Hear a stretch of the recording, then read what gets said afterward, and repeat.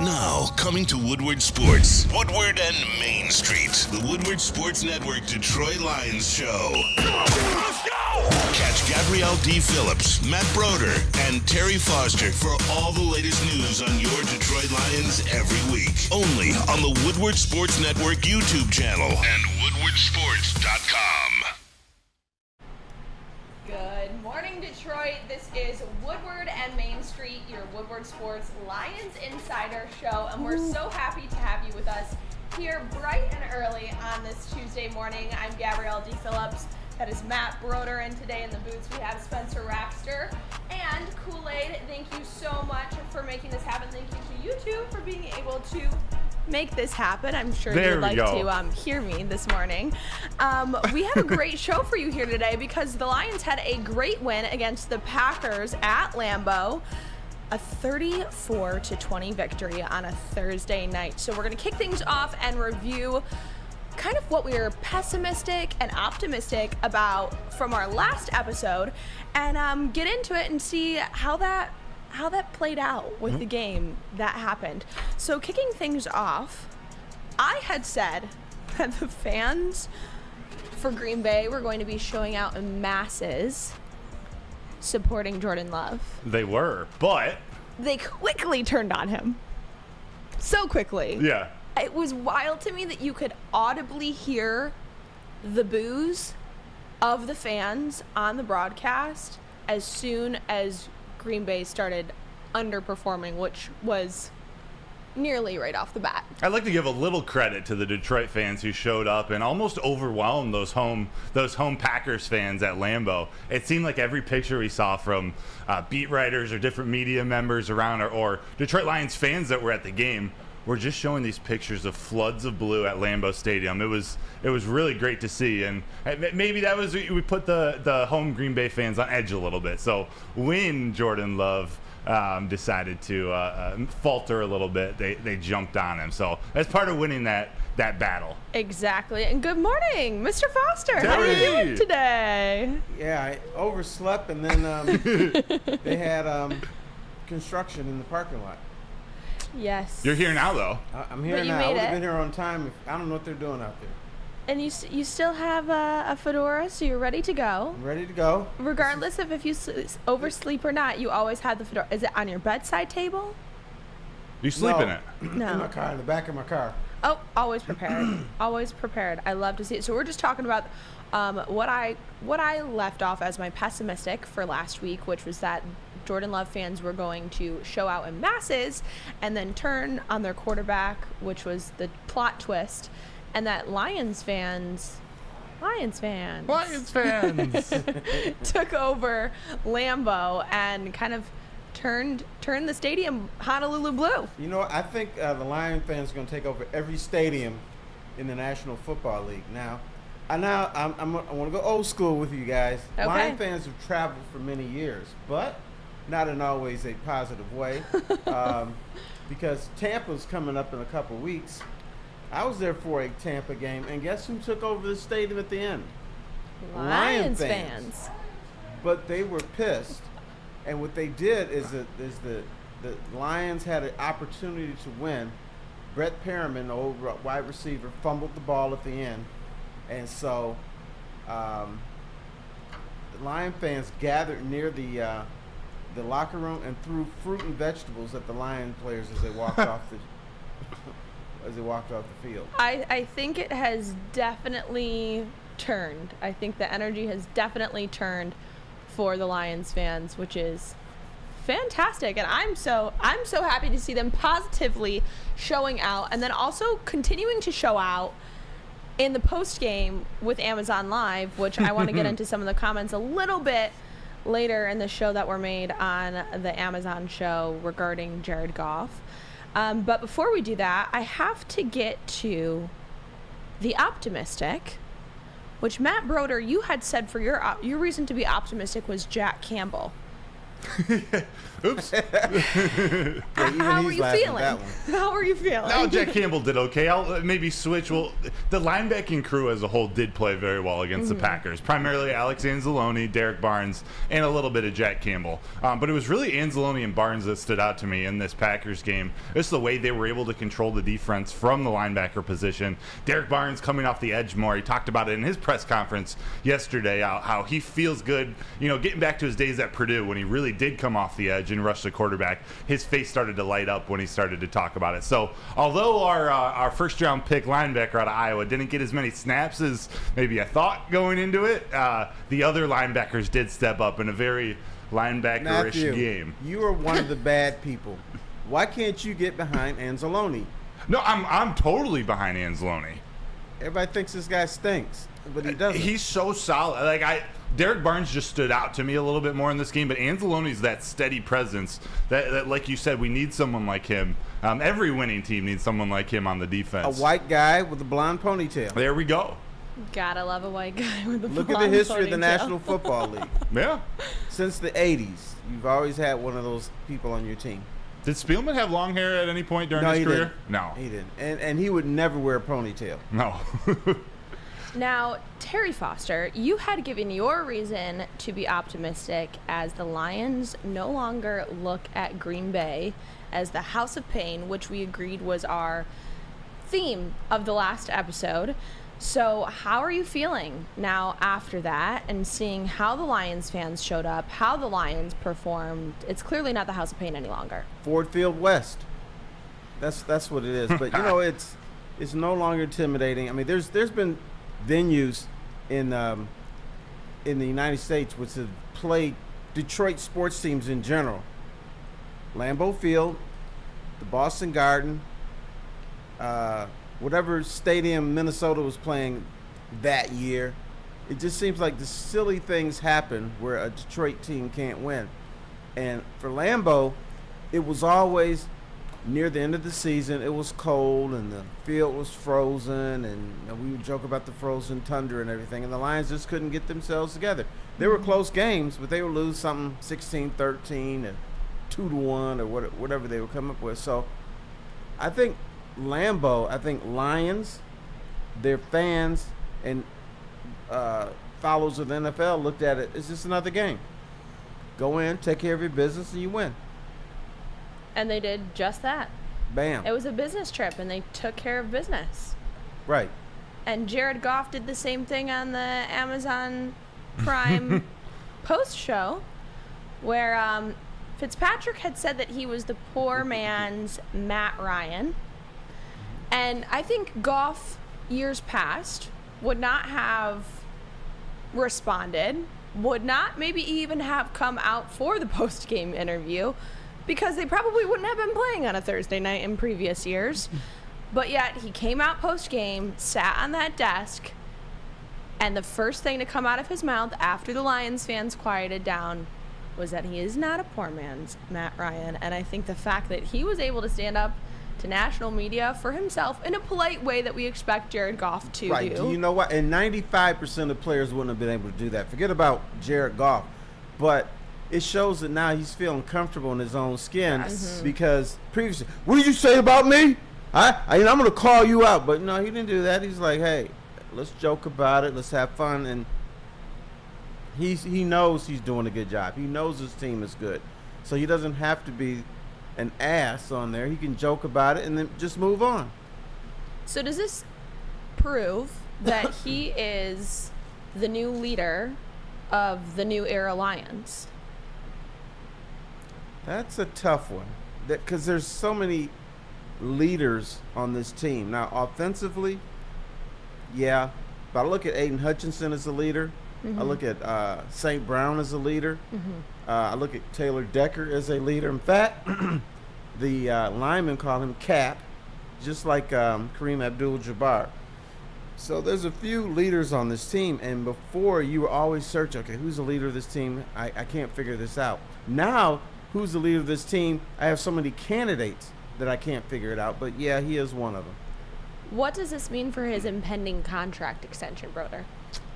I don't know if it really means anything to it, but I do think it pumps some confidence into maybe his teammates, maybe his coaches, but Lions fans or people who have maybe been critical of him and his sort of I know he's got a rep for his California attitude. He's kind of laid back, but his swagger is starting to come out. That sassiness that we saw him kind of fight back or jaw back a little bit, friendly with Ryan Fitzpatrick, a fine Harvard quarterback. I like to see that come out. If there was one thing I just hadn't seen out of Jared Goff yet, it's that a chip on his shoulder. We could see it starting to come out in his play, but now he's starting to get confident, like Terry said, and that's starting to come out in his personality. And the more you're comfortable, especially at the quarterback position, the more others can feed off of you. So I don't know if he's the vocal leader or this type of leader or that, but your quarterback has to be some type of leader, and he's not one who's going to take much shit anymore. You know what he bought the other day? Whoa. Detroit versus everybody t-shirt. So he's ready to go. There we go. I think he's prepared to step into that larger leadership role over the team that he was not. I don't think he was ready previously. I don't think it was his time to step up into it. And I think obviously he has to with his position, but I think now with the place that they're at, the place that he's at, this impending contract looming over everyone's heads, he's really coming into his own with this team. But you have to understand, he couldn't come in here and just be a leader because he Yes. left the team where the coaching staff didn't believe in him, teammates didn't believe in him, and now all of a sudden he's in this foreign city, Detroit, trying to figure out, are they going to treat me the same way? They don't really. He had Brad Holmes who believed in him, but other people are like, okay, who's Jared Goff? We think he's a solid quarterback, but we're not sure. What told me this they believe him is after he threw that interception, they just went in and just dominated. A lot of Lion teams are like, okay, we don't have a quarterback today. We're in trouble. And so you could see on the sidelines that guys would shrink. But they didn't shrink. They're like, okay, a man threw an interception, so what? We're just going to keep moving on, and we're going to dominate this game. That resilience is something that this Lions team is part of their identity. Coming back after a mistake, an interception early in the game, doesn't matter. We're just going to keep rolling, keep that rhythm going. You're right, Terry. I'm interested to see if either of you gave your game ball to Jared Goff, because we have a new segment coming up next where we are going to give out our game balls for the Lions versus Green Bay game. Stick with us and we will be right back. Join Woodward Sports' own Jeff Iafrate along with special WSN guests for the most anticipated Lions season in decades. Filled with different surprises and expert analysis. You're not going to want to miss out. Go to our Woodward Sports YouTube channel on Sundays and tune in live from 9:30 to 11:30 a.m. Brace yourselves, Detroit. As the sun begins to set, two of Woodward Sports' brightest young stars will be taking the mic for a brand new show. Woodward Nights with Broder and Broder. The dog days in Detroit are over, and the boys are unleashed. Join in on the banter and hop on the bandwagon of the #1 night show on the internet. Tune into the Woodward Sports YouTube channel every weeknight from 8 to 10 p.m. Woodward Nights with Broder and Broder. Good morning and welcome back. This is Woodward and Main Street, your Lions Insider Show here on Woodward Sports Network, brought to you by Les Stanford. Thanks, Les Stanford, so much for joining the show, making this show happen. I'm Gabrielle Dee Phillips, alongside me Matt Broder and Terry Foster to recap the Lions versus Green Bay game. We're going to get into it. We have some game balls to give out, and I don't want to suck up too much time introing the segment because I'm sure we have plenty to discuss here. And because this is my classic fashion, I'm going to kick things off. Of course you are. Ladies first, Gabby. I would like to kick things off and see if anyone else picks my person or if you're going to pivot based off of who I choose. But my game ball is going to be going to David Montgomery, who rushed 32 times for 121 yards, 2 receptions for 20 yards, 151 total scrimmage yards for the day, 3 touchdowns. He is the first player in franchise history to rush for 3 touchdowns at Green Bay, and the second to rush for 3 against the Packers. I mean, you could go on and on about the records that he met or broke during this game. The first Lion to rush for 100 yards and 3 touchdowns in a game since, I think, 2003. He joined Billy Sims as the only other player in franchise history to rush for 65 or more yards and a touchdown in each of their first 3 games as a Lion. And let's not even factor into there the fact that this is his first game coming off of that thigh bruise. He did not look like for 1 second that he missed a game, missed a snap, missed a practice with an injury. He comes in there on a Thursday night and actually blows out Green Bay right across the board. I would not be surprised if either of you also gave your game ball to David Montgomery, because he had a stellar performance and proved that he's essential for the Lions. That's I think we're thinking along the same lines. But my game ball goes to Taylor Decker. Awesome. The reason is now that offensive line was more whole, because then you move Penei Sewell to right tackle. And what was the theme of this game? The Lions flexed and kicked ass. Why? Because the offensive line just came in like gladiators. We're going to move you guys around like little chess checker pieces. And that allowed David Montgomery to rush for 150 yards and his 3 touchdowns and everything. Even though he's the type of back that I like because he moves the pile. Yes. The man disappears in a mountain of humanity, and that mountain of humanity keeps moving and moving and moving. Part of it is because his legs are so strong, you can't stop him. But I still say Taylor Decker because the theme of that game was the Lions didn't beat Green Bay, they beat up Green Bay, and the offensive line led the way. You can't go wrong with either of those. I'm going to switch it up on you guys, and I'm going to go to the defensive end, and I'm going to focus on the pass rush. But I'm going to switch it up again on you guys, and I'm going to go with the top-rated defender per PFF to the rush defense, and that was cornerback Cam Sutton. Someone you might not expect in the rush game, but Cam Sutton, while you could focus on the defensive line, they had some great games. Aiden Hutchinson, Ali McNeil, Benito Jones. Cam Sutton, what he was able to do and what he's been able to do over the first 4-game stretch, covering the opposing team's number one, being that steady force as the number one cornerback for the Lions, being able to come up and defend the run. He fits in this group of misfits, this defense. They have something to prove, but he's kind of that wise man who's been there. He's a veteran. He comes from a tough Pittsburgh Steelers defense, and you start to see that carry over into this Lions defense, especially with some of the injuries. He's needed to step up and be more vocal, and we saw that in his video, his post-game. He got the team together in the locker room after the game, and he was that guy talking. He was that guy getting his team rallied up. It was really cool to see. And, you know, the Braves are the number 1 seed in the National League, and he's a Braves fan. So it's been a big week for Cam Sutton. Can I support you on something, young man? I would love that, Terry. Cam Sutton looks like a guy who should be wearing a smoking jacket on the field rather than a jersey. He's sort of got that disheveled professor look a little bit. Disheveled professor. Yeah, disheveled. Not your traditional one, but we should have him in a smoking jacket and with a number on it. Professor Sutton. Professor Sutton. But Maybe it's got to he'll be a Honolulu Blue smoking jacket. Maybe he'll come to the next game wearing that. Maybe he'll hear your suggestion Maybe. and show up to the next game instead of wearing A ski mask. a ski mask. We'll go with the smoking jacket. A ski mask or Carhartt overalls without a top. That on. was a fit. Benito Jones, that was a fit.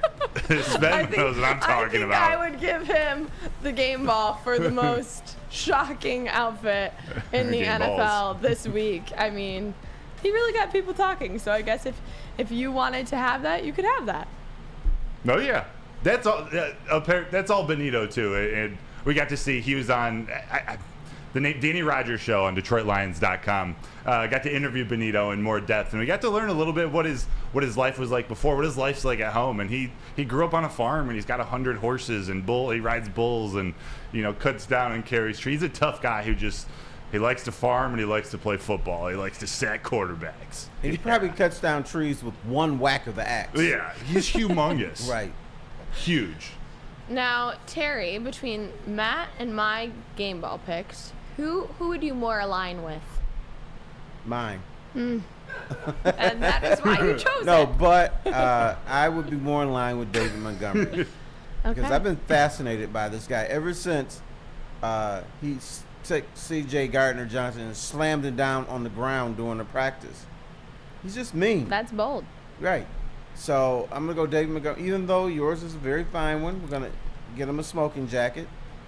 They got David Montgomery for a game like that, and they ran him exactly how you would want the Lions to, how you would expect them to. Once you get a big lead, once the Green Bay starts to make a little bit of comeback, what do? Hand it off to David Montgomery on a 9 or 10 minute drive to just start running out the clock.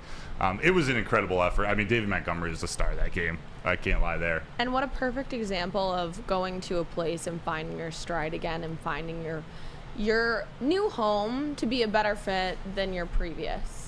I mean, I can't imagine that he's not happier with the team that he is currently with. Not too many people want to be playing for the Chicago Bears right about now. No. Oh, and I think I told you the story. I went to Chicago for a wedding before the season, and I was at the magazine section, and people knew I was from Detroit and knew I was a sports writer and stuff. Oh, my God. They were talking about how great the Bears are going to be, and the Lions are not going to win this division. And Jared Goff sucks, and everybody on the line, and Justin Fields is going to be the MVP and everything. I'm like, are you guys kidding me? And they were just on me. I just wonder if those young people are thinking now. Chicago Bears, again, their season is ruined. Done. Already, 4 games Right, in. we haven't even got started. People aren't even sweating yet, and the Chicago Bears are done. Poor things. I would feel sorry for them, but when they were being asses, I was kind of hating on them a little bit. So I don't feel sorry for them. As you should be. If you're going to draft someone like Justin Fields, you're not. Why are you signing a defensive-minded head coach? Nothing they've done in the last couple of years has made a ton of sense. But this is not a Chicago Bears show. It's Detroit Lions. We got Brad Holmes, who are currently the king of the North. And they're going to win this division. They've already set themselves up one division game in to win this baby. Now, Matt Broder, as a Lions fan, do you think negatively about the potential of them slipping away from this division? Do you think you still have that looming, or you're that confident in these new Lions? Yeah, it would be a horrible failure if they lost this division. Already we can see Chicago's down. The Vikings are on the wrong trajectory too. The one thing that we don't know yet, most of their division games are in the last 8 weeks of the season, so a lot can change. Injuries to the Lions, the Vikings can start playing well. We don't know. But from our sample size here in the season, there's no reason that they shouldn't win at least 5 games in this division. If not, run the table and get 6. Do you agree, Terry? Yes, I agree. But if the Lions don't win this division, it means they've become bad. Yeah. They're going to have to be bad not to win this division now, because the rest of the division stinks. The rest of the division is 2-3 games behind them now. And for somebody to catch them and then pass them, because really Green Bay is 2 games behind them because they lost. I mean, the Lions would have to be caught by Minnesota, caught by Chicago, or caught by Green Bay, which means these teams are not going to go on a big roll. It would mean if the Lions don't win this division, we'll be sitting here scratching our heads and in the season saying, how did this happen? Yeah. And you argue that their toughest in-division game is whatever game is at Lambeau Field, and they already took care of business there. Thankfully, with no snow. Yeah, yeah, that is bonus. I think it's a huge help. But Terry, I'm surprised that after all the hype last show, you didn't just pass off the game ball to Brian Branch. You know what? I was thinking about him, but I just think that this game was about toughness, and the toughest people on that field to me were the linemen, offensive and defensive linemen. Brian Branch is a great player. I'm mad that Brian Branch didn't win Defensive Player of the Year of the week against Atlanta. Atlanta, right? When they gave it to Aiden. I'm upset about that. It shouldn't have given it to Aiden Hutchinson. It should have been Branch. Do you think that it was the smart decision for him to go back in that game? You know what? He's a warrior. Probably was not. But you can't keep guys like that off the field. Once he says, I'm on the field, I want to go back in, you don't know, he might show his butt or something and embarrass Dan Campbell. So you let him out there. So, okay, go ahead. But you know what? Green Bay was making a little run, so maybe it was smart to put him out there. And they drafted him for that reason. They drafted a lot of these guys because they're football players. They want to be out in that field. If they can walk, they want to play football. So it's hard to keep a guy like that from going back in the game. Looking back on it, we saw him sort of get injured again. Do we wish maybe he didn't come back in? Of course. But in real time, that's exactly why you drafted him. He wants to be out on that field. And do we see that trickle into this week? Yeah, although because it's a new game, because it's the Carolina Panthers, the coaching staff, the medical staff has some decisions to make. It might be one of those games where a nagging injury that he could play through, they make the decision to keep him out. I don't know what they're planning. There's a couple guys like Kirby Joseph, Vaitai, who those decisions have to be made. But Branch, you gotta think if he's healthy enough to be out there, he will. But he's got 10 days to recover. So I think that factored into it also. You know what? Time. One other thing, my friends, this is the perfect game for the Lions to be playing now. Perfect. So last year, they got their asses beat by this team. I mean, physically beaten up. Understatement. Now this team is 0-4, so you figure they should win. So do the Lions let down? Because, yes, you're motivated because they beat you last year, but then you look at them and say, well, they're 0-4. Not that tough.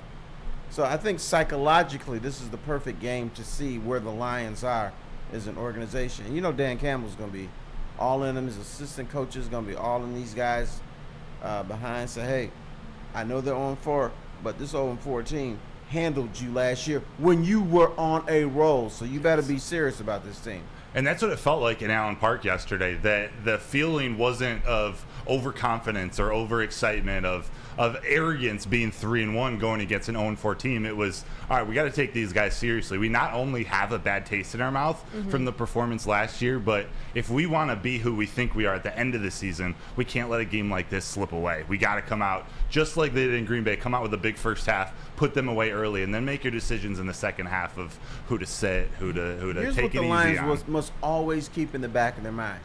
We haven't done anything. They've been 3-1 before. They've won a division before. They've looked good at times before, but they can't finish. They haven't finished. They haven't won a bunch of playoff games, never been to the Super Bowl, haven't been to the NFC Championship game since 1992. So this group has to keep looking. Haven't done anything. Cute start. Cute. People like us, but we haven't done anything. They haven't done anything yet, and we want to see what the defense does next week. But we're going to get into a little bit of what they did this past week in Green Bay coming up in the next segment. Stick with us. This is Woodward and Main Street, brought to you by Les Stanford. Join Woodward Sports' own Jeff Iafrate along with special WSN guests for the most anticipated Lions season in decades. Filled with different surprises and expert analysis. You're not going to want to miss out. Go to our Woodward Sports YouTube channel on Sundays and tune in live from 9:30 to 11:30 a.m. Woodward Sports' own Tom Mazaway and Sam Stick Day will be hosting our Lions postgame show after every Lions game all season long. Tune into the Woodward Sports YouTube channel for his hot-off-the-press takes, game analysis, and Kool-Aid sipping celebrations. You won't want to miss it. Join Maz, Stick, and special guests each week immediately following every Lions game, exclusively on the WSN YouTube channel. Welcome back. This is Woodward and Main Street, your Lions Insider Show here on the Woodward Sports Network. We are brought to you by Les Stanford. I'm Gabrielle Dee Phillips, alongside me Matt Broder and Terry Foster, to start your Tuesday off recapping the Lions versus Green Bay, because I don't think that we can talk enough about this game. I'm sure you heard plenty between Thursday and today on Woodward Sports Network, but we want to bring you some inside information, in-depth coverage from your beat team that is down at Allen Park, down at the games, to give you a little bit of a different perspective. So we're going to get into a little bit of the defense, because they are not looking like the defense of last year, and I think this game really proved it. So a quote from Dan Campbell regarding this exactly: we put an emphasis back on the little things that we've done well throughout camp that we preached all through the spring that really showed up in Kansas City. And it's just back to our fundamentals up front and playing with violence. And the reason I picked this quote and the reason I love this is because it's something that we all heard during training camp, during the summer. The first practice where Lions players were in the facility, Dan Campbell got up to the podium and said to the media that we are focusing on the fundamentals. Ben Johnson got up to the podium and spoke to the media and said, we are focusing on the fundamentals. Then the players came off of the field for the first time and said, we are focusing on the fundamentals and being violent. This has trickled down from Dan Campbell, from Ben Johnson, down to the players, and it has stuck. And I think them sticking with focusing on the fundamentals has been key in their game this year and has been key for them returning to winning 2 games back-to-back after they fell down a little bit. And I think this was key for the defense in this game. Now, what are the young people saying these days? Yada da da da da. Is that the new saying now? What? Yeah. Yada da da da da. Yeah, You know that why means- that defense is better? Lo and behold, they put big butt bugs back in the lineup, and all of a I sudden, had a feeling oh my that God, was the gonna be your defense is good. rebuttal. How in the hell does that happen? Yada da da da da da. I don't, maybe I'm not young enough, but I have no clue what you're talking Deny about. it. That's what the kids are saying. Right. But it's little fixes like that, little tweaks to the right. Like, it makes a difference. Whether Bugs has played 20 snaps or 60, having a player like that, a veteran like that, a big butt like that in there to help stop the run game, it makes a difference. I know it's funny to say that, but it's 100% true, Terry. I'm with you. It seems like the Lions make an adjustment every season because things don't start off well. They fired their defensive back coach. They made some moves. They elevated people that they didn't want to play at first. All of a sudden they play, and then you're better on defense, you're better on offense, and boom, bugs, big butt bugs. And think about it as a culture that's going off script a little bit, but there are several other teams around the NFL, the Chicago Bears included, who have players who aren't happy with their playing time, aren't happy for one reason or another, and they're staying home or they're causing a mess in the media.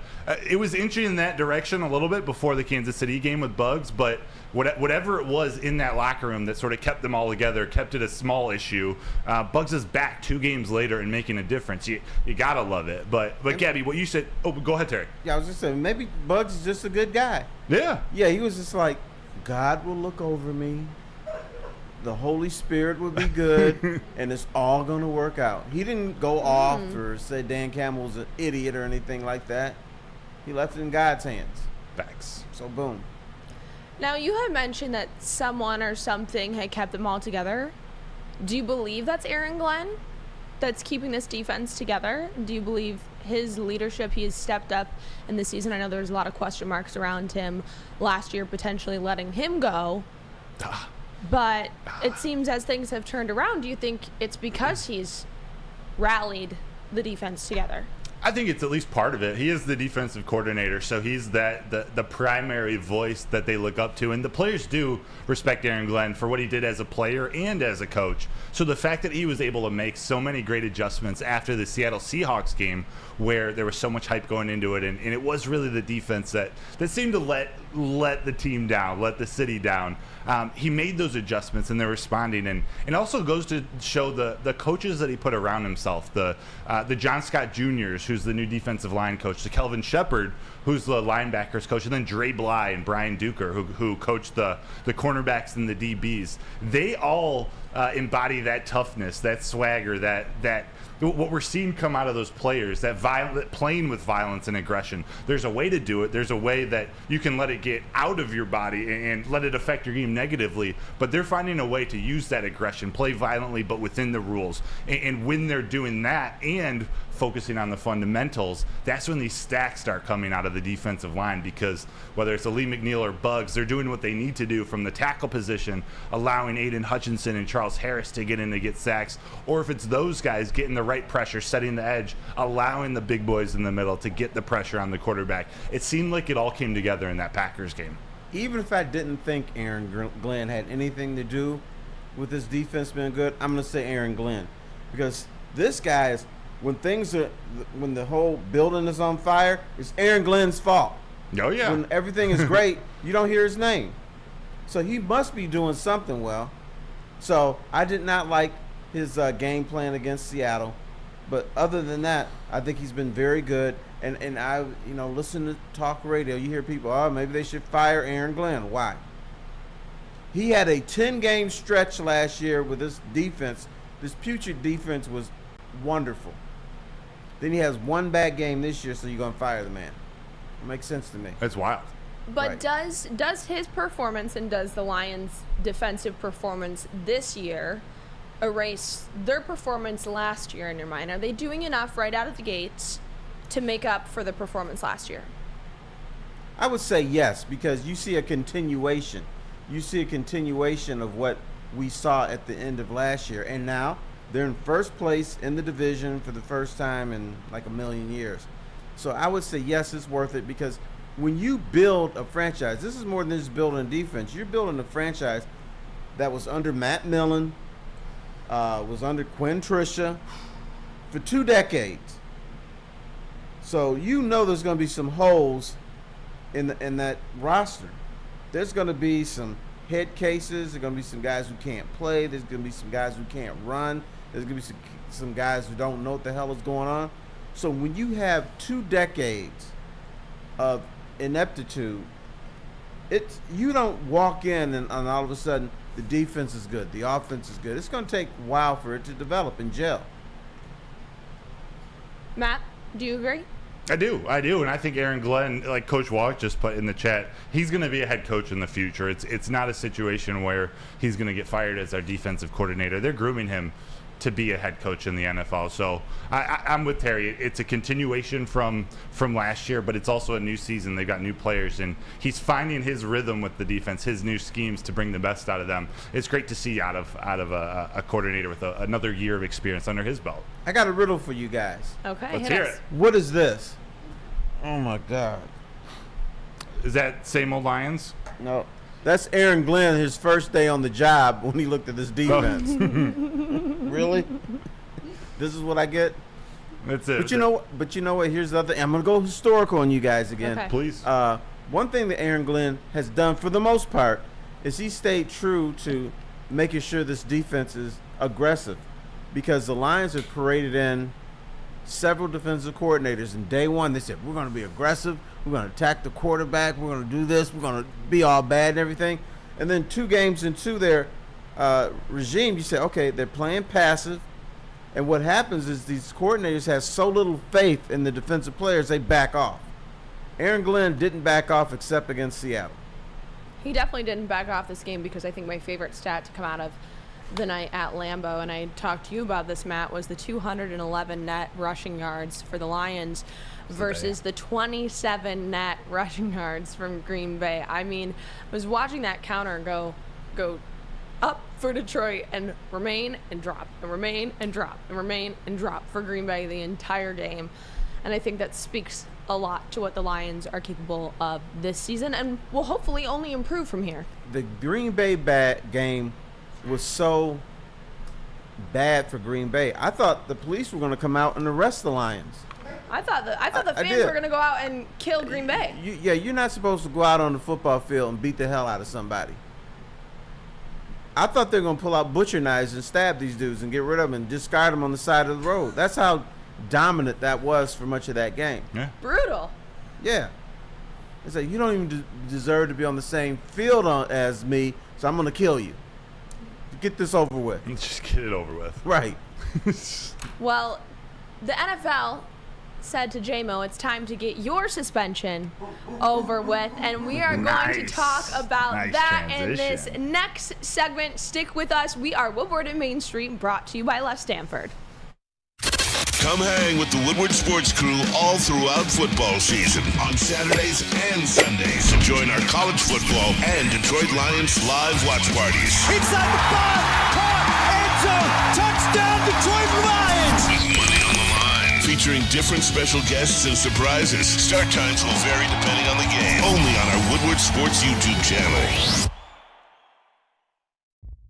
Brace yourselves, Detroit. As the sun begins to set, two of Woodward Sports' brightest young stars will be taking the mic for a brand new show. Woodward Nights with Broder and Broder. The dog days in Detroit are over, and the boys are unleashed. Join in on the banter and hop on the bandwagon of the #1 night show on the internet. Tune into the Woodward Sports YouTube channel every weeknight from 8 to 10 p.m. Woodward Nights with Broder and Broder. Welcome back to Woodward and Main Street, your Lions Insider Show here on the Woodward Sports Network with Gabrielle Dee Phillips, Matt Broder, and Terry Foster. We are brought to you by Les Stanford. Ding! I feel like we need like You know what? Perfect. That was unscripted. Let's go. I like the lady in the photo back there. She looks really happy to buy this car. She is ready to get herself into that Cadillac and ride off into the sunset. And Black she's fine, Escalade too. on the chromed out Right. Porsche. I'm going to get us back on track really quickly here because we have to talk about the JMO return. Previously set to miss 6 games, is now only going to miss 4, which means he will be joining the Lions. He joined the Lions in practices yesterday, back in the facility, back and ready. So the NFL and NFL Players Association agreed to modify the gambling rules this past Friday, setting the rules to be betting on non-NFL sports from the workplace will now lead to the following discipline. The first violation will be a 2-game suspension without pay. The second violation will be a 6-game suspension without pay. The third violation, the suspension without pay for at least 1 year. See ya. So during his suspension, he stayed local in Detroit and worked out twice a day with a personal trainer here. And the Lions don't feel like he's going to be making up for any lost time. And Dan Campbell spoke a little bit to what he expects JMO to do. And it sounds like they're not looking for him to come out here and be on every single touch and be on every single snap and constantly be getting through the ball. They're going to work him into this. But I think even if he had started this season in that first game, that they would be working him into this. I don't think this is a result of this suspension, but as Dan Campbell says, he's expecting him to get a little bit better every single week, but they're not going to put that pressure on him. So realistically, based off of that information, Matt Broder, how much do you think he's going to play in this first game? It's really hard to get a read on Dan Campbell when he's talking about this because I honestly believe that he's making JMO earn his spot on this team again. He's not just going to say, all right, you're back from suspension. We're going to give you 59, 60 snaps. So you're going to play the entire offensive game. I think he's going to ease him into it, both for the reason of he needs to get him in game shape. He needs to get him comfortable with Jared Goff or with that offense playing, but also he's almost a rookie still at this point. He's a young player that Dan Campbell, as a former player, surrounded by other player coaches, he needs these young guys to earn it. And that's what we saw all preseason, all offseason with Sam Laporta, with Definitely. Jack Campbell, with Jahmyr Gibbs. He didn't just come right out and say Sam Laporta is going to be the #1 tight end. We didn't know that officially until the first week of the season, but it was literally by week 2 of preseason where we knew, all right, Sam Laporta is that guy. But he's not just going to tell a rookie, all right, here are the keys. Like, go ahead and go for a drive. It's all right. You need to earn it, just like the rest of these guys. How does this impact the current scheme that the Lions have going on, Terry? Well, you have to be very, very careful. You have a well-oiled machine going at 100%. So now you want to add something to that machine. You just filter it in slowly by slowly. The job of Dan Campbell is not to hook up JMO. The job of Dan Campbell is to make sure this team keeps winning. And if you start force feeding JMO, that's not good. That's not good for the team. It's not good for him because he's going to look bad doing that. I agree that he's almost like a rookie again because he played just a handful of snaps last year's rookie season. Then he got suspended again. So you have to be very, very careful. JMO should not be the focal point of the Carolina game. He's the #4 receiver. That's what he is now. Very talented guy, and you know he has the potential to be a #2 or #1 or whatever, but right now that's not what he is. it's like when you're making a little cake. Okay, I'm gonna put a little vanilla in there, but I'm not gonna put too much. So you got to make sure that you don't force feed this guy because he'll look bad. He's not ready. Now, do you believe as they trickle him back into the team that a specific player will take a back seat? Who do you see that being? Either of you. Do you want to take this? Or It better be Marvin Jones Jr. I mean, I know he's not playing that much now, but he's not exactly the Marvin Jones that was here before. So if you take snaps from him, fine. So this would make the wide receiver room a lot better, and so that's where I see him coming in. And then beyond that, the wide receivers are playing pretty well. So he's going to have to bogart his way through there and be dominant to get more snaps. And so it's going to be tough for J-Mo because these guys are better than we thought they were. Yeah, and in Ben Johnson's offense, it's not like he needs to be out on the field 100% of the time to get his action. Ben Johnson, he's a creative offensive coordinator that spreads it around. So we might see a situation where Marvin Jones, Josh Reynolds have 10, 15 more snaps than J-Mo, but they give J-Mo 5-6 targets in the passing game. Maybe they give him a reverse in the rushing game, or they're going to do creative things, not just line him up at the X or Y receiver on the outside. They're going to try to get him the ball behind the line of scrimmage and let his wheels do the rest. I mean, there's those that are fast in the NFL, and then there's Jameson Williams. He's in his own category. He might even be ahead of the Tyreek Hills of the world, but he's in that type of category in terms of elite speed.